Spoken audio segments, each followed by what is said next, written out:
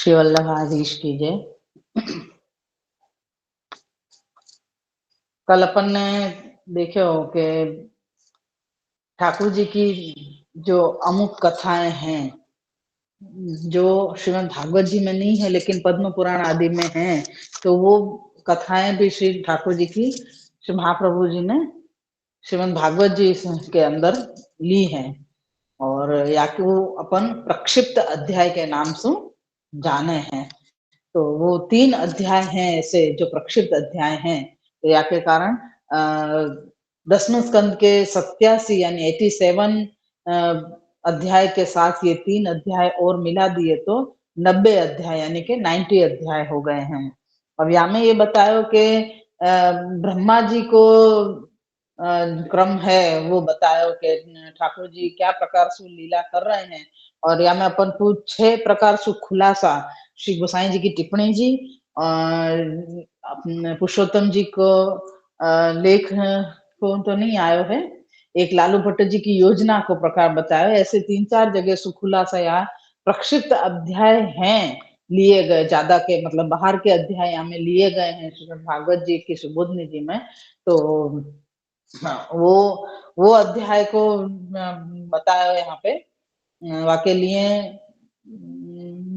खुलासा ये बताया तो कि ब्रह्मा जी को ठाकुर जी को वरदान है कि कहीं कभी भी आपको मेरी यानी ठाकुर जी की लीला में मोह नहीं होएगो, और मोह नहीं होवे को कारण भी ये बतायो कि आपको मेरे स्वरूप को ज्ञान है, ऐसो आपको मेरी लीला में मोह नहीं होएगो। ऐसो आगे के स्कंधन में ब्रह्मा जी को ऐसो वरदान श्री ठाकुर जी ने दियो है।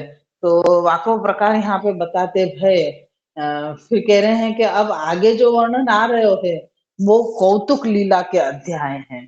तो कौतुक लीला के अध्याय हैं, तो कौतुक लीला में ठाकुर जी कैसे कौतुकता कर रहे हैं, जैसे अपन ने लिखो कि कर्तुम अकर्तुम और अन्यथा कर्तुम हर प्रकार से ठाकुर जी समर्थ हैं। जो चीज जो कार्य कर सके वो तो ठाकुर जी कर ही हैं, जो नहीं कर सके वो भी आप कर रहे हैं, और जो कोई काल में कोई सु भी नहीं हो सके ऐसे कार्य, जब कोई की विचार श्रेणी में भी नहीं हो ऐसे कार्य भी ठाकुर जी करवे में समर्थ हैं। यासु यहाँ पे बताओ कि आपने खुद ने ही वरदान दियो ब्रह्मा जी को, तो ब्रह्मा जी को ये वरदान देवे के बाद भी आप ब्रह्मा जी को कैसे प्रकार से मोह करा रहे हैं वो ये पूरे अध्याय में वर्णन आयो है। तो या में सबसे पहले अपन ने 3 श्लोक लिए हैं, तो तीनों श्लोक में ये बतायो कि ठाकुर जी को एक दिन इच्छा भई कि चलो आज वन भोजन करवे के लिए चलें।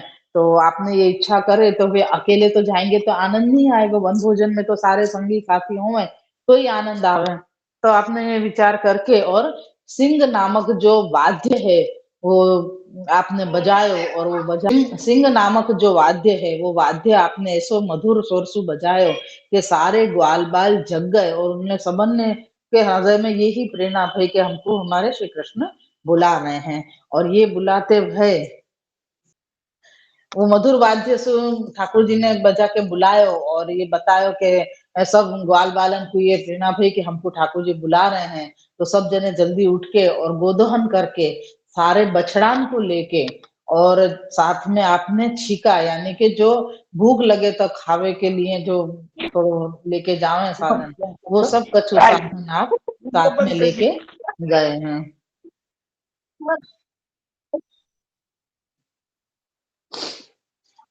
तो ये प्रकार यहाँ पे बताया। तो फिर कह रहे हैं कि ठाकुर जी अपने हजारों बछड़ान को साथ में लेके पधारे, और जैसे जैसे न ठाकुर जी आगे पधारे ऐसे ठाकुर जी के सहस्त्रों जो ग्वाल बाल हैं वो सब भी ठाकुर जी के साथ चले, और वो साथ ठाकुर जी के साथ चलते भय अपने बछड़ान को साथ में लेके चले। तो कह रहे हैं कि एक एक व्रज भक्त मतलब एक एक ग्वाल के पास में 10-10 हजार बछड़ाएं हते, और वो एक साथ इतने सारे बछड़ान को साथ में लेके चले। फिर तीसरे श्लोक में ये बताया श्री आचार्य जी ने कि ठाकुर जी के बछड़ान के साथ ही इन सबन ने अपने बछड़ान को भी भेगे कर दिए। क्यों कर दिए? क्योंकि जो अलग अलग संभालते अपने बछड़ान को। तो ठाकुर जी के साथ अकेले और आनंद सु खेलवे के लिए निश्चिंतता नहीं रहती, वो उनको संभालवे के पीछे पीछे उनको दौड़ना पड़तो। तो ये सब सोच के उन ग्वाल बालन ने अपने जितने भी बछड़ाएं हते वो सारे बछड़ाएं ठाकुर जी के बछड़ान के साथ में भेगे कर दिए। यहाँ तक को अपन ने कल तीसरे श्लोक तक अपन ने वर्णन लियो थो, आज अपन आगे वर्णन लेवे। एक बार सबन से कह दूं कि भाई जो भी ऐड हो अपनो वॉल्यूम म्यूट करके रखो ताकि मेरे को यहाँ में बार बार करवे जानो नहीं पड़े और डिस्टर्ब नहीं होवे, ठीक है। श्री वल्लभाधीश की जय हो। श्री कृष्णाय नमः। श्री गोपीजन वल्लभाय नमः। श्री वागपति चरण कमलेभ्यो नमः। श्रीमद् भागवत महापुराण श्रीमद् वल्लभाचार्य जी विरचित श्री सुबोधनी जी की टीका 10वां स्कंद पूर्वार्ध चल रहे है और यहाँ में कौतुक लीला निरूपक ये अध्याय है। प्रक्षिप्त अध्याय में ये प्रथम अध्याय है और 10वां स्कंद के अनुसार ये अपन 12वां अध्याय यानी कि 12वां अध्याय आए हैं। अब में अपनो श्लोक आयो है चौथो। वाको आभास है फलादिभिश्च स्वशरीरम भूषितवंत इत्याह फलेति। आभासार्थ है उन सबने अपने अपने शरीर को फूल आदि से सजाया। इसका वर्णन इस निम्न श्लोक में करते हैं। अब जो ठाकुर जी के साथ जो ग्वाल बाल हैं उन ग्वाल बालन ने क्या कियो तो वाको वर्णन करते, मतलब कौन कौन से खेल किए, क्या क्या ठाकुर जी के साथ उनने लीलाएं करी, ठाकुर जी ने कौन कौन सी लीलाएं उन सब ग्वाल बाल के साथ में करी, तो वो सब कछु अब आगे के श्लोकन में बता रहे हैं। तो कह रहे हैं कि श्लोक चौथो है कि फल प्रवाल स्तबक सुमन पिच्छ धातु भी काच गुंजा मणि स्वर्ण भूषिता अप्य भूषयन। श्लोकार्थ है यद्यपि ग्वाल बालों ने काच गुंजा मणि और सुवर्ण का श्रृंगार पहले किया था तो भी वन में जाकर उन्होंने अपने को फल कोपल गुच्छों पुष्प और मोर पंख और धातुओं से सजाया। श्री सुबोधनी जी हैं या की पूर्वम काचादिभिर्भूषिता अपि पुनर्वन्यैर्भूषयन् स्तबकाः पुष्पगुच्छानि सुमनसः केवल पुष्पाणि पिच्छानि मयूर पिच्छानि गैरिकादि गातव गुंजाफलानि वन्यान्यपि नित्यं तिष्ठन्ति इति काचादिषु गणितानि। यहाँ तक की पूरी सुबोधनी जी अपन ने ले ली है। या को व्याख्यात है कि प्रथम कांच आदि से विभूषित थे तो भी वन में उत्पन्न पुष्पों के गुच्छे केवल पुष्प मोरपिच गेरू आदि धातुओं गुंजाफल आदि पदार्थों से अपने को भूषित करने लगे। कांच आदि यहाँ पे जो बताया है, कांच को मतलब है रत्न आदि जो श्रृंगार हैं वो सब रत्न के हुए, तो वह हिसाब से उनने रत्न के श्रृंगार गुंजा और सुवर्ण के श्रृंगार तो उनने पहले से ही धर रखे थे। लेकिन फिर भी वन में आके उन सब ग्वाल बालन ने क्या कियो कि जो पेड़ में सु फूल ले लिए और फूल ले लिए, मोरपिच्छ ले लिए, गुंजा फल आदि ले ली और भी गेरू आदि जो धातुएं उन सबन से लेके उन सारे पदार्थों को लेके अपने आप को उनने भूषित किए। घुंघची वन में उत्पन्न होने से फल होते भी इसकी गणना कांच में की जाती है, कारण कि फल सदा नहीं रहते हैं, ये नित्य होती है। कछु फल को नाम घुंघची बतायो है, वो कांच जैसी दिखे है। वो सब तो पहले से मतलब वो हमेशा वो नहीं रहे, वो कांच बन जावे वो फल, ऐसो कछु घुंघची नाम क्या है मुझको नहीं पता है, धुंधची है कि घुंघची है। चिरमी चिरमी के मैं वाकू चिरमी क्या चीज है नहीं मालूम मुझको। यहाँ पे अपना चौथो श्लोक पूरा हो गयो। आभास है आगे के श्लोक के लिए तो बालका नाम न्योन्यम क्रीड़ा माह मुष्णंत इति। आभासार्थ है निम्न श्लोक में बालकों का परस्पर रमण कहते हैं। यहाँ का वो छोटे छोटे श्लोक दिए हैं कि ठाकुर जी की जो लीला को वर्णन आ रहा है प्रमाण से। 5वां श्लोक है अपना मुष्णन्तोन्योन्य शिक्यादि ज्ञाता नाराच चिक्षिपुः तत्रत्याश्च ततो दुराध संतश्च पुनर्ददुः। श्लोकार्थ है, आपस में छीका आदि पदार्थ चुराते, जानने पर दूर से फेंक देते थे, और उस स्थान पर जो खड़े होते वे हंसते तो दूर से ही दे देते थे। अब कैसे कैसे प्रकार के खेल कर रहे हैं ठाकुर जी वन में। तो आपको प्रकार बता रहे हैं कि छीका लेके आए ना सब बालक, बालक क्या लेके आए, सब थोड़ा थोड़ा अपने साथ में जैसे क्या नाश्ता लेके आए। तो वो भूख लगे तो खावे के लिए थोड़ा बहुत नाश्ता वाकू छीका बांध के लेके आए हूँ के मैं, या अपने गुजराती में के भातू बांधी दी हूँ यूं करके। तो वो ऐसे शब्द हैं कि ठाकुर जी और ग्वाल बाल सारे छीका लेके आए हैं, ठाकुर जी तो नहीं, ग्वाल बाल सारे छीका लेके आए हैं। तो यहाँ पे कैसे प्रकार को खेल कर रहे हैं ग्वाल, ग्वाल खेल कर रहे हैं कि एक दूसरे को छीका चुरा ले रहे हैं। पहले तो एक दूसरे के छीका चुरा के और फिर क्या कर रहे हैं, तो कह रहे हैं कि कोई को पता चले कि अरे यानी मेरो छीका चुरा लियो है, तो वाको छुपाते हुए दूर चले जावे, और खबर पड़े कि अरे ये मेरो छीका लेके दूर भाग गयो है, तो इन्हें हंसते हुए वाको फेंक के देवे कि ले तेरो छीका यूं करके। तो ऐसे सब खेल ठाकुर जी के साथ ग्वाल बाल कर रहे हैं। श्री सुबोधनी जी हैं या कि अन्योन्यस्य सिक्क्यादीन् मुष्णन्ति ततो नेन मदीयं नितमिति ज्ञात आराध दूरादेव चिक्षिपुः प्रक्षिप्तवन्तः ततोपि येषु ते सिक्क्यादयः पतितास्तेऽपि ताच्चिक्यानन्यांश नन्यांश्च दूराचिपु दूराचिक्षिपुः ततो हस्त हसन्तश्च पुनर्ददुस्तेभ्य एव। यहाँ तक की पूरी सुबोधनी जी है व्याख्या है कि एक दूसरे के छीके आदि चुरा लेते, जब किसी को पता पड़ जाता कि इसने मेरा छीका आदि ले लिया है, तो वहां से दूर फेंक देते थे। फेंके हुए छीके जिनके ऊपर गिरते थे वे भी उन छीकों को और तथा दूसरों को भी फेंक देते थे, फिर हंसते हुए उनको ही लौटा देते थे। यानी एक दूसरे के ऊपर पास कर देते थे कि ए दे देख वो ले आयो, तू ले जा आगे, तू वो ले जा आगे, यूं करके पहले तो घुमा देते पूरे छीका को, और फिर हंसते खेलते वापस जिनको छीका तो उनको दे देते थे। यहाँ अपनो 5वां श्लोक पूरो भयो। क्या आयो चौथे श्लोक में कि ठाकुर जी के साथ जो ग्वाल बाल आए हैं, वो ग्वाल बाल क्या प्रकार से वन में खेल कर रहे हैं, वह खेल को वर्णन आ रहे है यहाँ में। और यहाँ में बता रहे हैं कि ग्वाल बाल जैसे ही वन में सब पहुंचे, तो बछड़ान को तो सब ठाकुर जी के बछड़ान के साथ रख दिए ताकि निश्चिंतता से निर्विघ्नता से खेल कर सकें। और जब खेल करने लगे तो सबसे पहले उन लोगों ने क्या किया, तो कि अपनो श्रृंगार कियो, खुद को श्रृंगार कियो। तो के कायसु कियो श्रृंगार उनने, तो कह रहे हैं पुष्प लिए, गुंजा फल ली, फिर मोर पिछ लिए, और ऐसे गेरू आदि जो धातु हैं उन सबन से अपने आप को उनने श्रृंगार कियो, खुद को आभूषित कियो। और वाके बाद फिर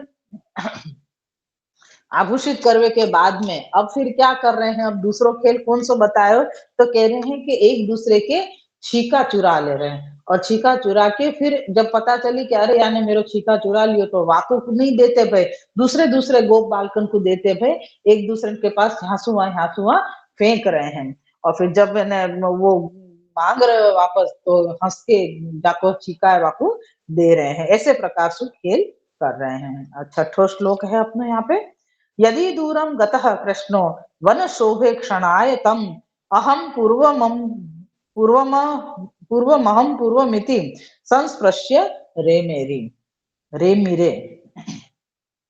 श्लोकार्थ है, जब वन की शोभा देखने के लिए श्री कृष्ण दूर चले जाएं, तो मैं पहले श्री कृष्ण को छूऊंगा, ऐसा कह के खेलते थे। कैसे सुंदर बाल लीला ग्वाल बालन के साथ में चल रही है।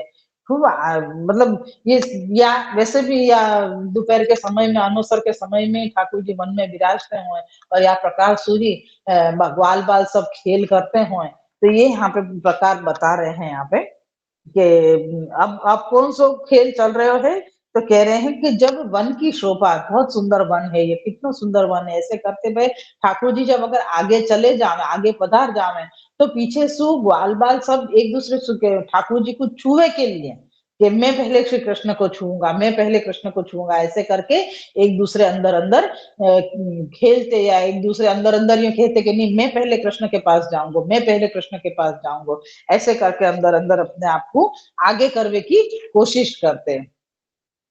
या किसी सुबोधनी जी हैं, यदि दूरम गतः कृष्णो भवति तदा तस्मिन् दूरम ते वन शोभाया दर्शनार्थमहं पूर्वं स्प्रक्ष्यात् नित्य नित्य हमिकया भगवंतं संस्पृश्य रेमिरे।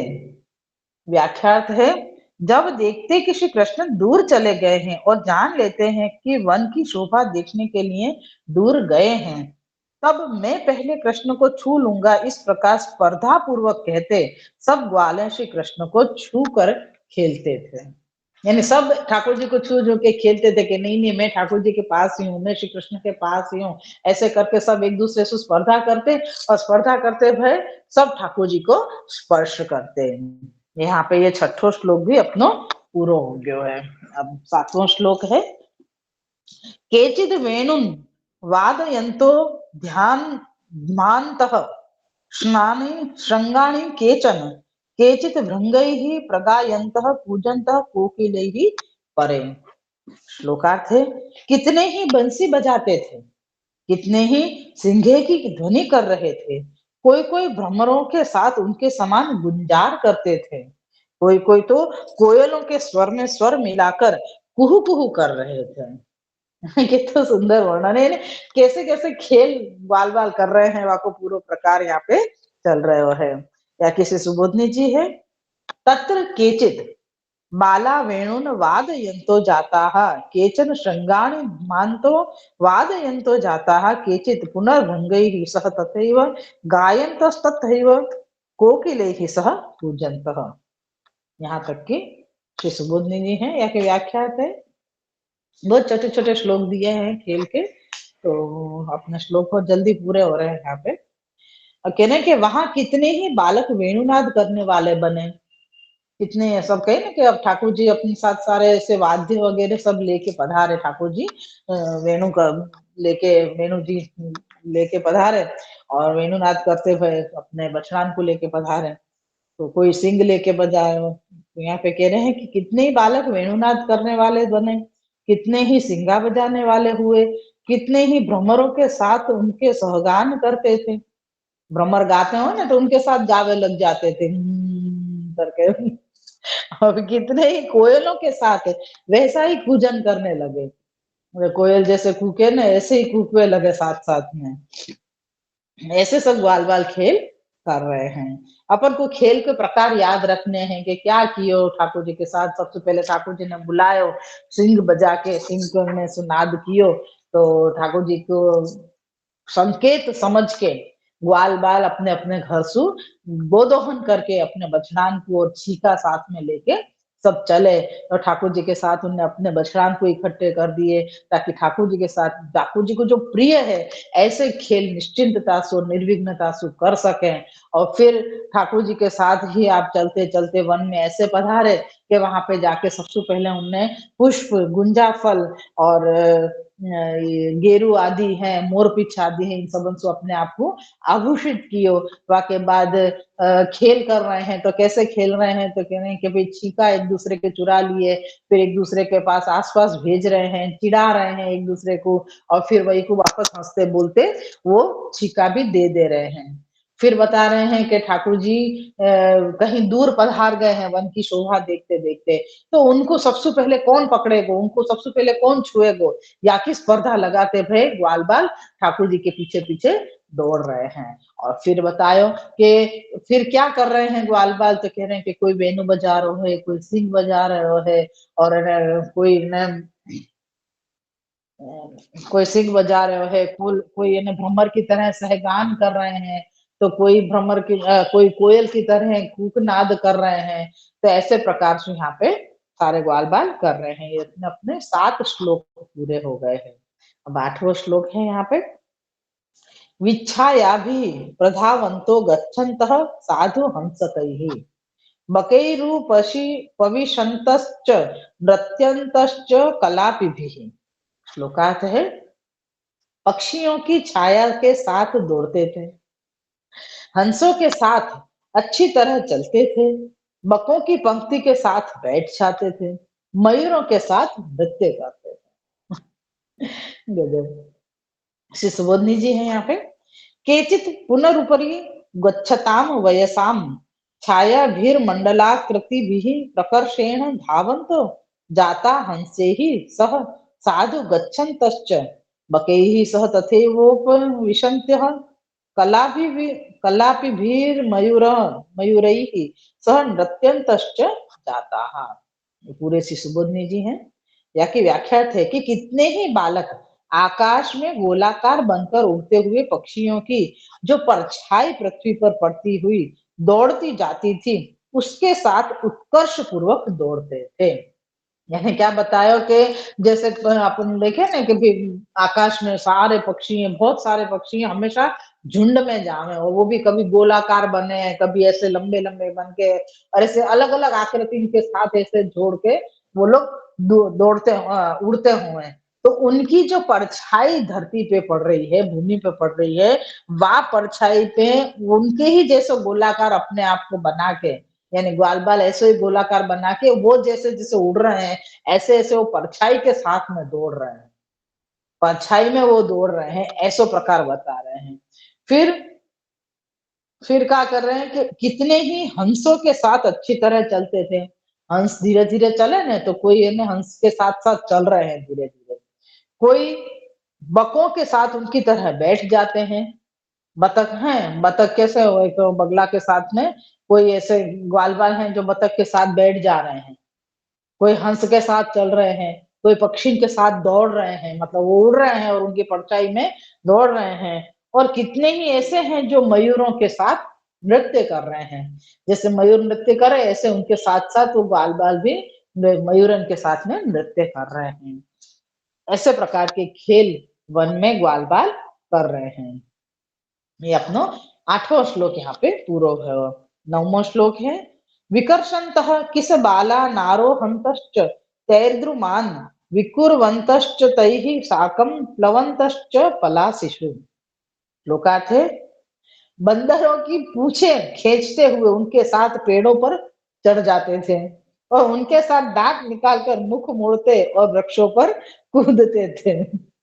ये तो ठाकुर जी बाल बाल जैसे कर रहे हो ऐसे कर रहे लग जाए तो हो जाए अपने को बंदर उनको दांत दिखाते हुए। पूछ पकड़ के दौड़ना कूदना तो अपने बस की बात नहीं है। श्री सुबोधनी जी है किशालंब पुच्छा वानरास्तेषां बालान् पुच्छानि विशेषेण कर्षन्तो बालानेव च धृत्वा तैः सह द्रुमानारोहन्तो विकारांश्च कुर्वन्तो मर्कटवदेव पलाशिषु वृक्षेषु प्लवन्त उत्प्लुत्य गच्छन्तो भूमौ च। व्याख्यार्थ है बंदरों की अनेक प्रकार की जातियां होती हैं। उनमें एक जाति है जिसकी पूंछें लंबी होती हैं। उस जाति के बंदरों को संस्कृत में कीश कहते हैं। बाल शब्द के दो अर्थ होते हैं, पशु की पूंछ और बच्चे। तो आचार्य श्री दोनों अर्थ करते हैं कि एक लंबी पूंछ वाले बंदरों की पूंछें जोर से खींचते थे और बंदरों के बच्चों को खींचकर उनके साथ पेड़ों पर चढ़ जाते थे। यानी दो प्रकार के भाव यहाँ पे बता रहे हैं कि जो बंदरन की बहुत सारी जाति हो वहां में एक लंबी पूंछ वाले बंदर हो, तो उन लंबी पूंछ वाले बंदरन को संस्कृत में कीश शब्द से उच्चारित करे हैं।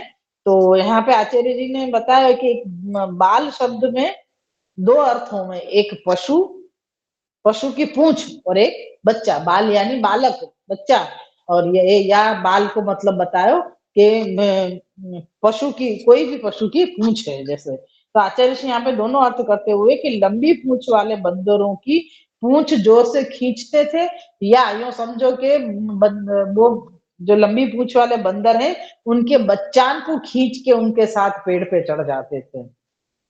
तो बंदरों की तरह दांत निकालते थे और पृथ्वी पर चलते दौड़ते उनके समान वृक्षों पर कूदते जाते थे। गजब गजब की खेल कर रहे हैं सब। श्लोक 9वां पूरा हो गया अपना और श्लोक 10वां है। साकं भेकेर्विलङ्घतः सरित् प्रसव संप्लुताः विहसन्तः प्रतिच्छायाः सपन्तश्च प्रतिस्वनान्। शब्दार्थ है, मेंढकों के समान उछलते हुए चलते थे, नदी और झरनों में डुबकियां लगाते थे, परछाइयों को हंसते और प्रतिध्वनि गूंज को अपशब्द कहते थे। श्री सुबोधनी जी हैं, मेंढक भैकेर मंडुकैः सह सरितो नद्यः प्रस्रवा झरणाः संप्लुतास्तैरेव गर्ता वा स्त्रीलिंगा पाठ चिन्त्यतः प्रतिच्छाया दर्पणादि प्रतिबिंबानि प्रतिस्वनास्तटादिषु निर्गतांज शब्दान् स्वशब्दानुरूपांच क्षपन्तश्च भवन्ति। ये पूरी श्री सुबोधनी जी, हम बहुत छोटी छोटी सुबोधनी जी हैं। जाके बाद अब 11वें श्लोक में बड़ी सुबोधनी जी और थोड़ा वर्णन है, तो अपन ये 10वां श्लोक पूरा करें अपन अभी। व्याख्यात है याकी कि मेंढक जिस प्रकार भूमि पर उछलते हुए चलते हैं, वैसे ही ग्वाले भी उनके साथ उसी प्रकार पृथ्वी पर चलते थे। यहाँ पे क्या बता रहे हैं कि जा प्रकार सु मेंढक, मेंढक का मतलब क्या है गुजराती में, क्या डेढ़को, डेढ़को, वो मेंढक जा प्रकार सु कूदतो,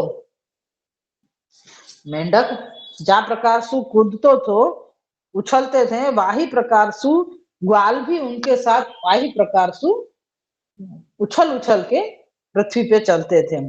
जिस तरह मेंढक नदी और झरनों में डुबकियां मारकर नहाते हैं, वैसे ही वे ग्वाल बाल भी उनके साथ नदी और झरनों में डुबकियां मारते हुए निकलते थे।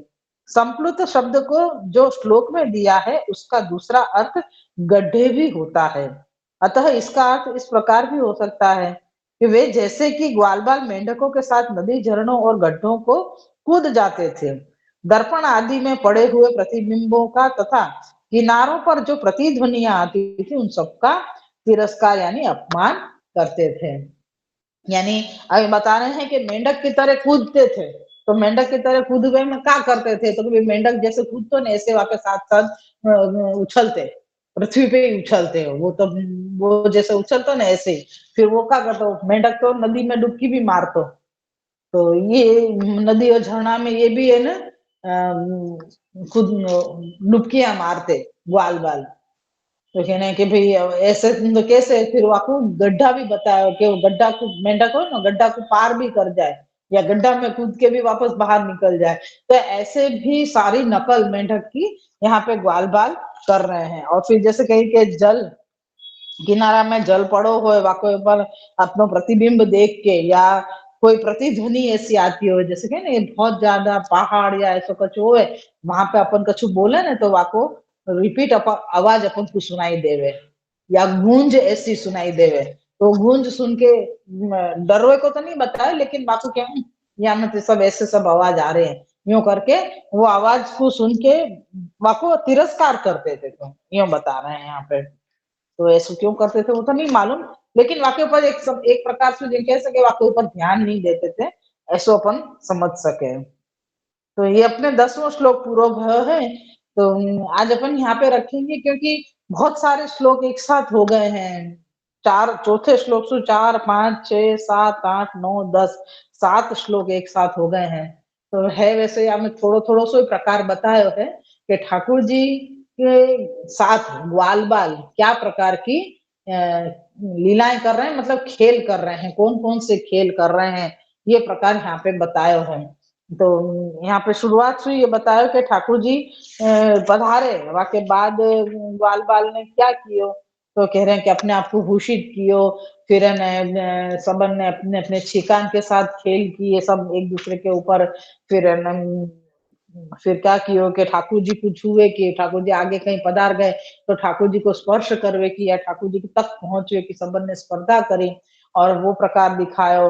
फिर कोई है ना पक्षी के जैसे चल रहे हैं, हंस की तरह चल रहे हैं, बक की तरह बैठ रहे हैं और पक्षी की जो परछाई आ रही है वहाँ की तरह चल रहे हैं, दौड़ रहे हैं और मयूर के जैसे मयूर के साथ नृत्य कर रहे हैं, ये प्रकार बतायो।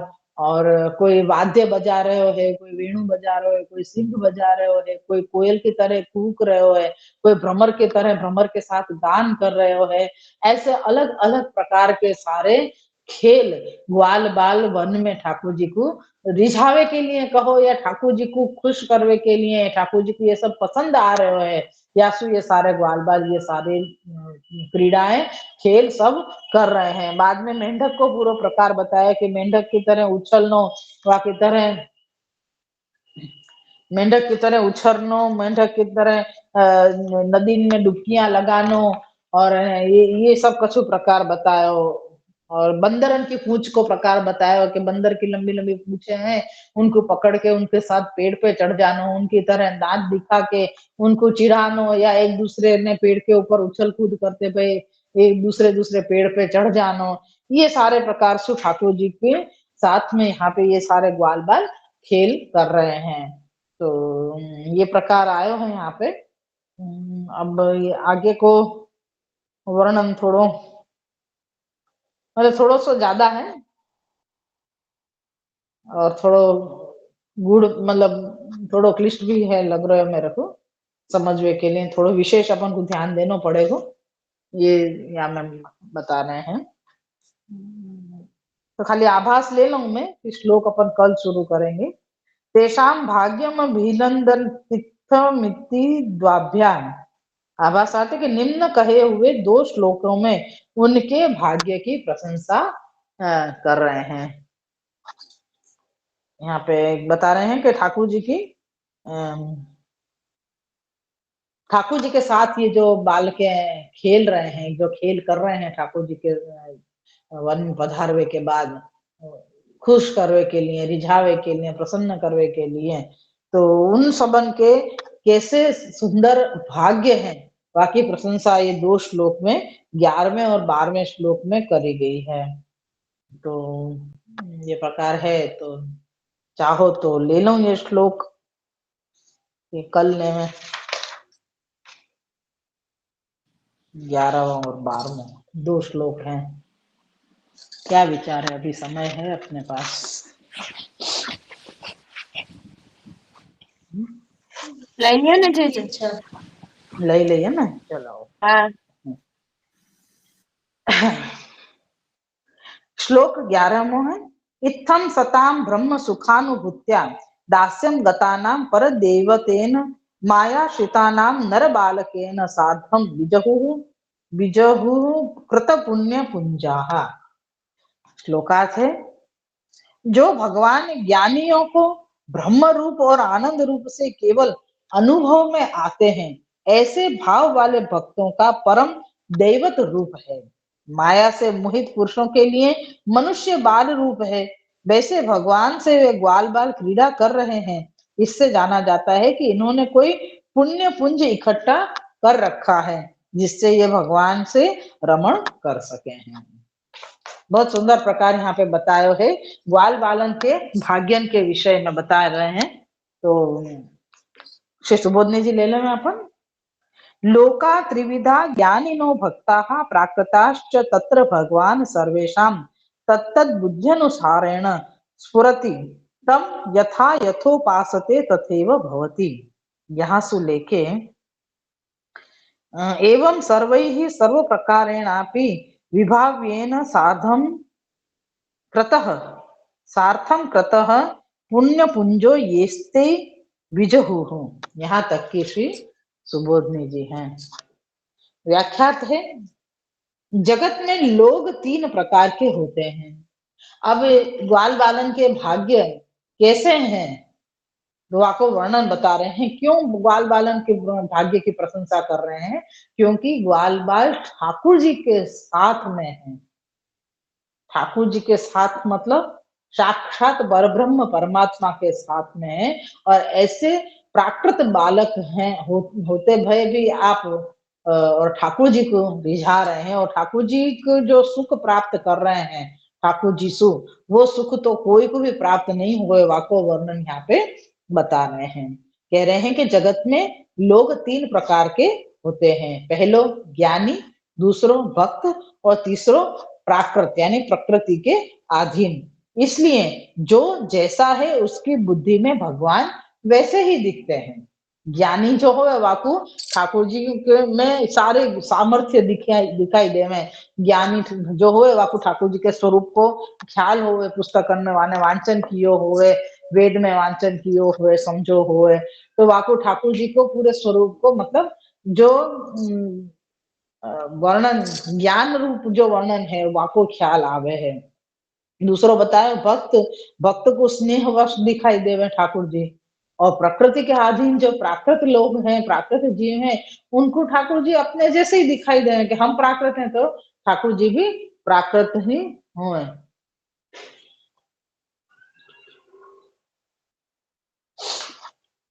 तो यहाँ पे ये बता रहे हैं कि 3 प्रकार के लोग हैं और जिनको जैसे जैसी बुद्धि ऐसे ही भगवान दिखते हैं।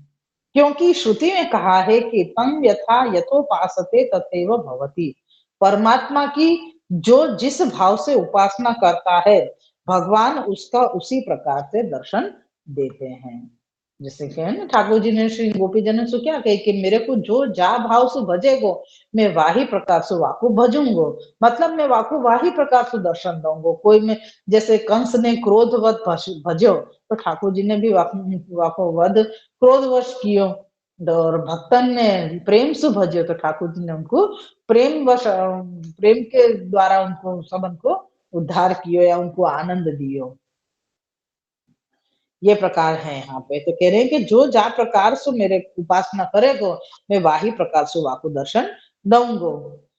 जैसे कि ज्ञानियों की बुद्धि में सदरूप ब्रह्म स्वरूप से आनंद रूप से और अनुभूति रूप ज्ञान स्वरूप से स्थित होते हैं। मैं बताया ना कि जैसे ज्ञानी को क्या पता चलेगी कि ब्रह्म है, ये तो ब्रह्म स्वरूप है, आनंद रूप है और अनुभूति रूप है।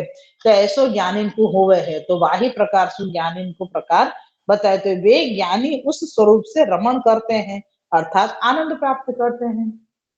जो जैसे प्रकाशु ठाकुर जी को भजेगो यानी कि ठाकुर जी को देखेगो वह वाही प्रकार सु वाही स्वरूप सु आनंद प्राप्त करेगो।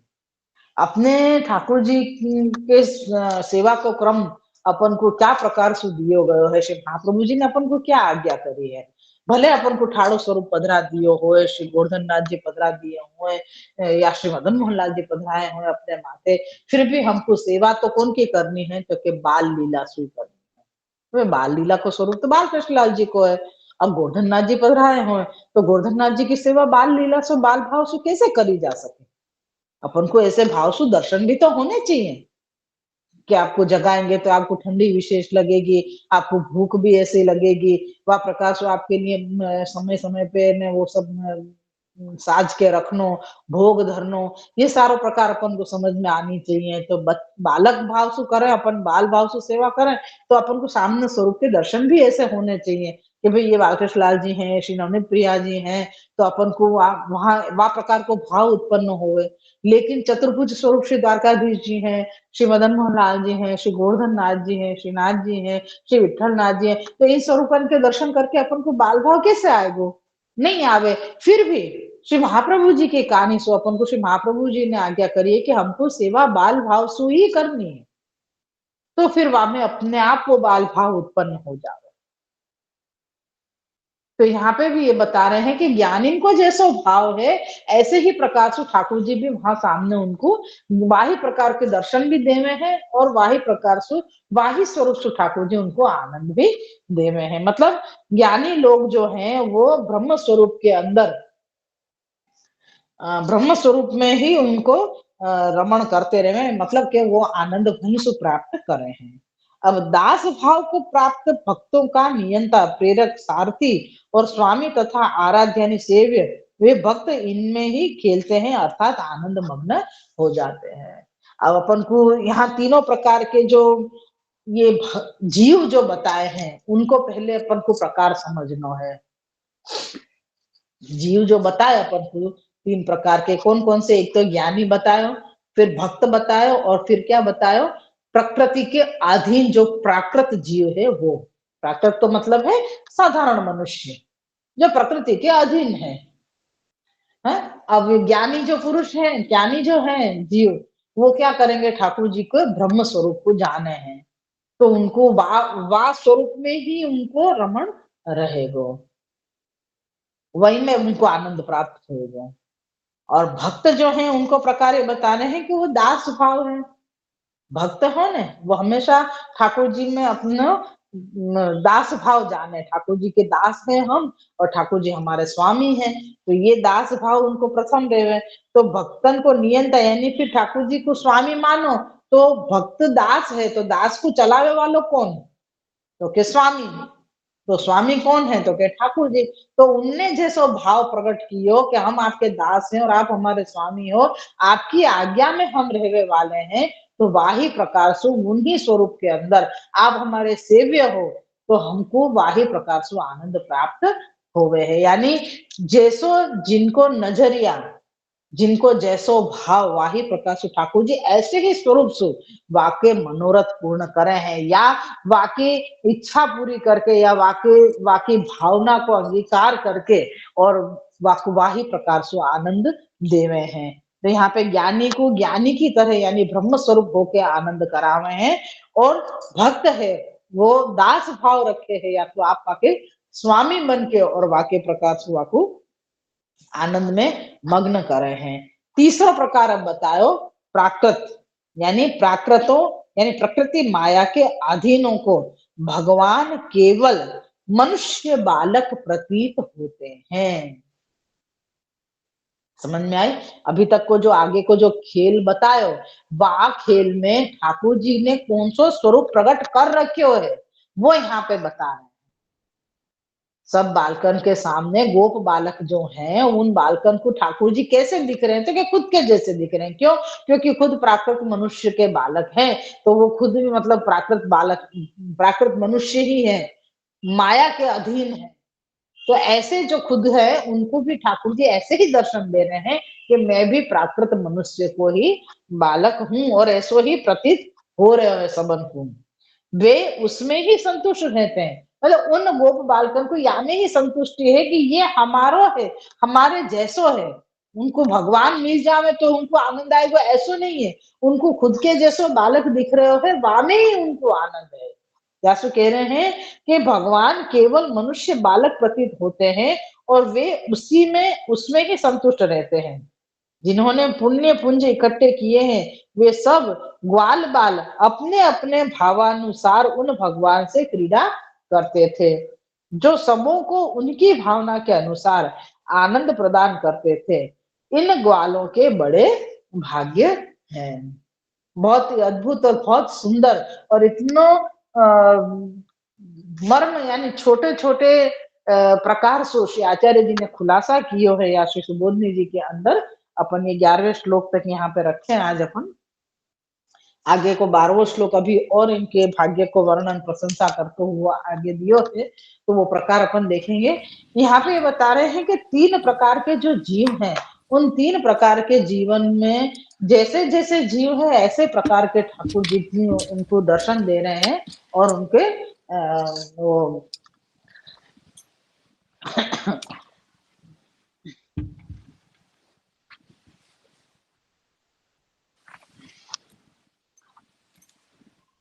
पायल तारो वॉल्यूम बंद कर।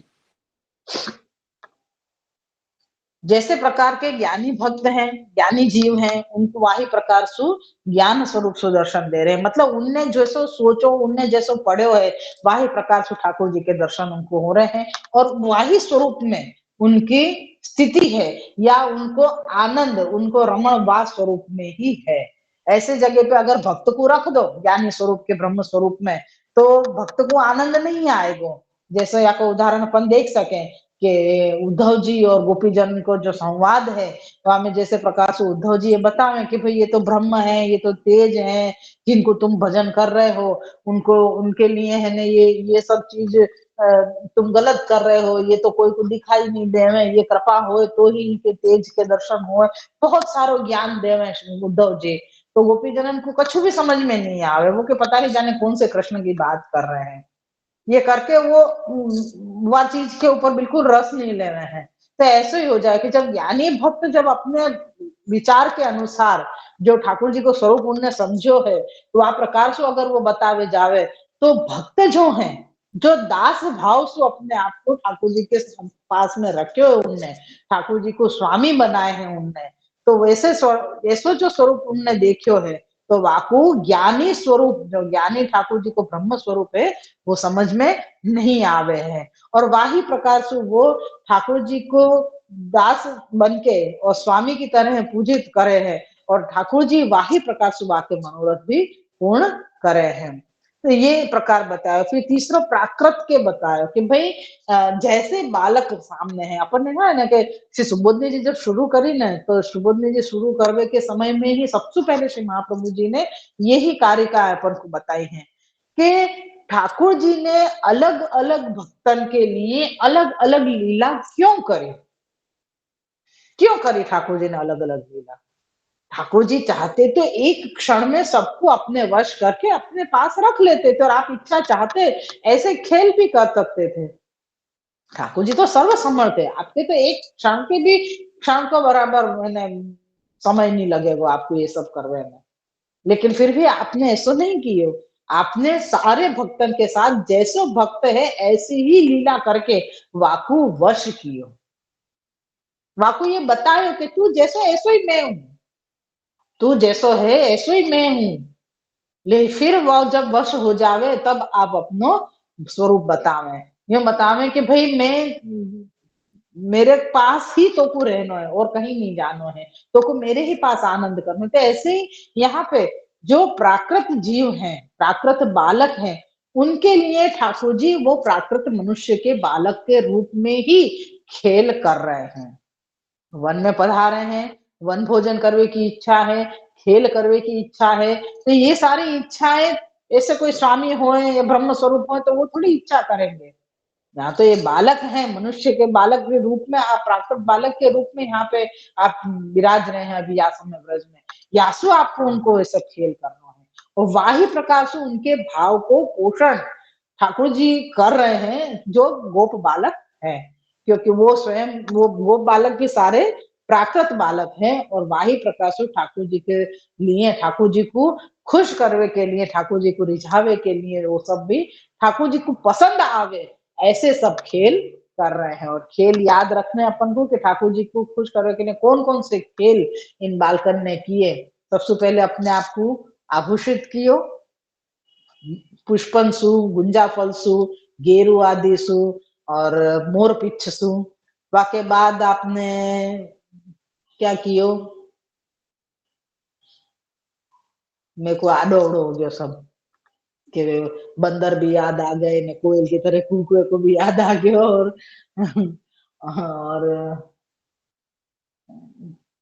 मेंढक को भी पूरा प्रकार याद आ गया, छीका सु खेल रहे हैं वो भी याद आ गयो कि ठाकुर जी अपने अपने एक दूसरे को कहे ना, बोले नाश्ता नो डब्बो आम थी आम फिर वेला तारो नाश्तो चुरावी लो करके ऐसे नाश्ता चुरा के भी खेल रहे हैं। तो वो प्रकार भी किए उनने। फिर ठाकुर जी वन की शोभा देख के बधारे, तो ठाकुर जी को पकड़ने के लिए मैं सबसे पहले कृष्ण के पास पहुंचू, वो करके सबने ऐसी स्पर्धा करी, और सब एक दूसरे के पहले पहुंचे को कोशिश करते हुए, और आगे से आगे ठाकुर जी को छुए की कोशिश कर रहे हैं कि मैं पहले ठाकुर जी को छूऊंगा, ऐसे करके भी खेल किए उनने। तो ऐसे अलग अलग प्रकार के सारे खेल करके और ठाकुर जी को रिझाए हैं। तो उनके भाग्य की सराहना कर रहे हैं यहाँ पे कि इनके कितने सुंदर भाग्य, ऐसे कौन से इनने पुण्य किए कि वाकई पुंज यानी अब फलीभूत हो रही है। ये प्रकार पूरा आज अपन को आयो अपने 4 से लेके 11वें श्लोक तक यहाँ पे अपन ने पूरे किए। आज कल 12वां श्लोक लेंगे। हमें भी अभी पुण्य को फल मतलब कौन सो पुण्य कियो जाको फल ये आनंद गोप बालक प्राप्त कर रहे हैं, वो प्रशंसा को श्लोक है, वो अपन कल लेंगे वापस। श्री अल्लाह की जय।